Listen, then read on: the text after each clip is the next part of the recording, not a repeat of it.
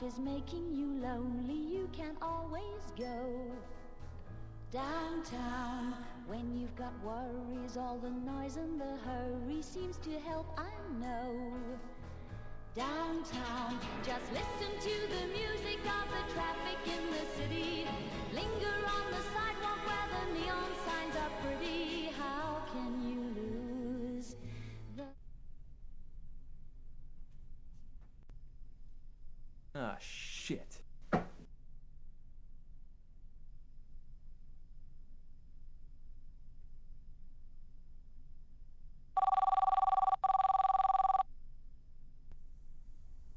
Detective Peter Sanders speaking. It's me, Junior Detective Daniel Strauss. I have important news for you, sir. It's about our latest case. I'm all ears, Strauss. Spit it out. Victim, Domenica Riccardi, 23 years old, Italian. She died after falling off a balcony from her motel room. It wasn't pretty. But a passerby claimed to have heard the ruckus and called the authorities immediately. Fuck. Where the hell's this world going? The poor bitch probably killed herself. Tell you what. I don't think it's necessary that I join you and the guys. Just tell the boys to get hold of as much evidence as possible. Take some pictures too, Strauss. That'll be enough. I admit, sir, having you come here isn't all that mandatory. Though, allow me to say one thing before dismissal. Go ahead, Daniel. What is it? Do it fast, though. I have to get myself another coffee.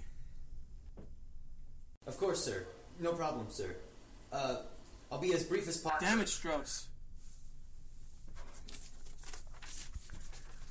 Sorry, sir. Well, see, we found some fingerprints on the victim's arms, and we ran them in our database, and we got some match of a Karim Farah.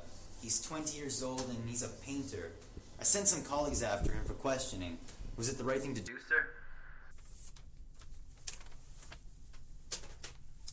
Bravissimo. You see, Strauss? This is what I like about this job. When all the pieces of the puzzle start fitting together. Although the beginning was tough. I confess that throughout my 10-year career, I've been lucky enough to have cases not too complicated. I do what I like without wanting to pull the hair out of my scalp. Just call me when you'll be on your way back to the police station with the suspect. Dismissed.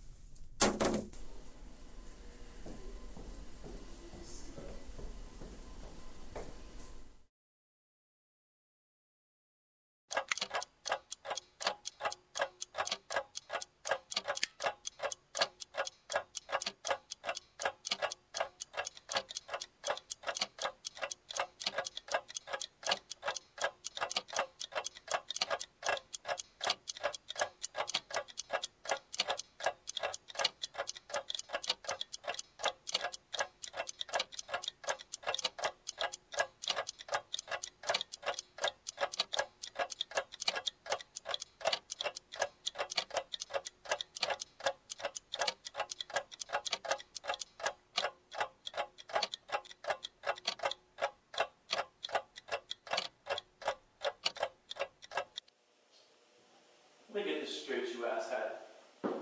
The dead girl was your ex. She dumped you one day. Just like that. Out of the freaking blue. Now you're telling me you've not seen her for weeks, and still you are deeply shocked because of her death. Do you seriously expect me to believe this crap? Do I have the word imbecile stamped on my forehead? It's not what it seems. I can explain better.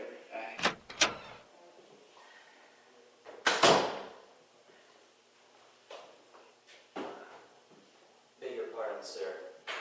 But apart from the fingerprints, we managed to find some of the alleged murderer's hair underneath the victim's fingernails.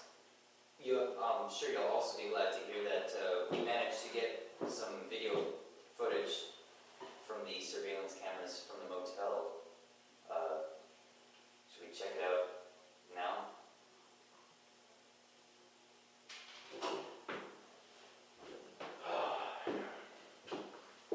Don't be so hesitant, Strauss. How many times have I told you? You want to do police work, you gotta build some character. You need to grow up here, damn it! handkerchief every time you want to blow your nose.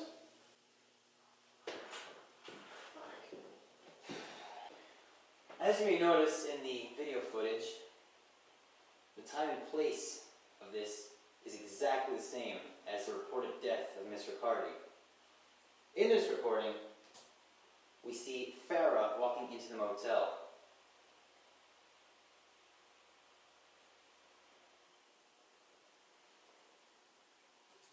And about here, we see him walking out of it, and quite hurriedly.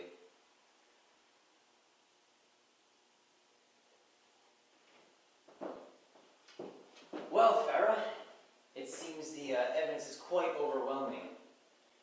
What you will have as soon as you leave this room is a one-way ticket to prison. Do you have anything to add, scumbag? Before Junior Detective Strauss and I move on to our next case? I love Dominica madly. I went to see her early this morning because I wanted to be given a second shot. She refused. The fire of love had died out, she said. We embraced one last time. She caressed my hair and I hers. She smelled like lavender, like always. It was then that we departed each other. The last time I saw her breathing. Quit lying, damn it! You're in deep enough shit already. It's pointless. I didn't push her up, I swear. I loved her way too much. I would rather fucking buck my ass out than hurt her.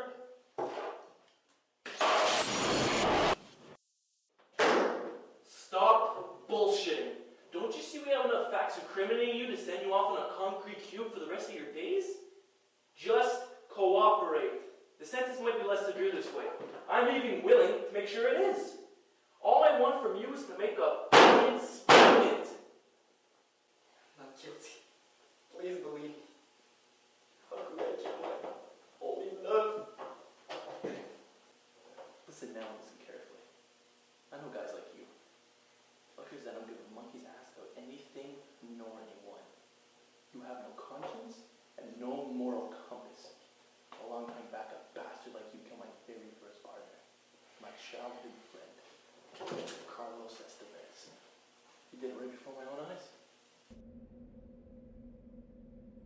And yet he had the balls to declare himself innocent in the courtroom. He held his so-called innocence even after being dragged and handcuffed to his cell bars.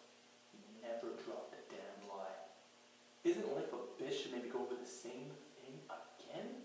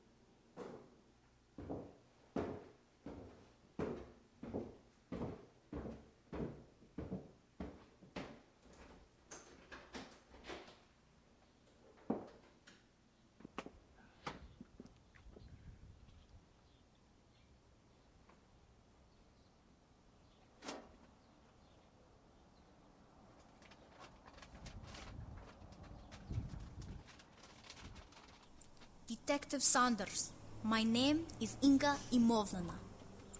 When you read this, I probably left country already. I write you this to tell you about the circumstances of the death of the Italian woman at Sleep Happy and Good Motel some few months ago. I know that having keep this information secret is wrong, and I hope that writing out truth will finally give my conscience some peace. At the time, Detective Saunders, I was a housekeeper at the motel. One morning, as I was going to clean, I saw a young man go into the room of the Italian girl. I decided to wait for him to leave, so I may do my job. I waited outside of the room silently. They were arguing for a short while, and I couldn't make out the words. But then it was silent.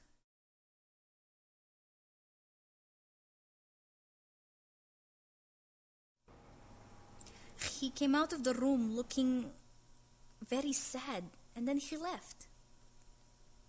It was then that I decided to enter the room. The young lady was enjoying the view from her balcony. As I penetrated the room, I accidentally shattered the flower pot on the table. The noise, it must have made her turn around too hard, and dragged by the force of her reaction, she flew over the balcony's metal grid.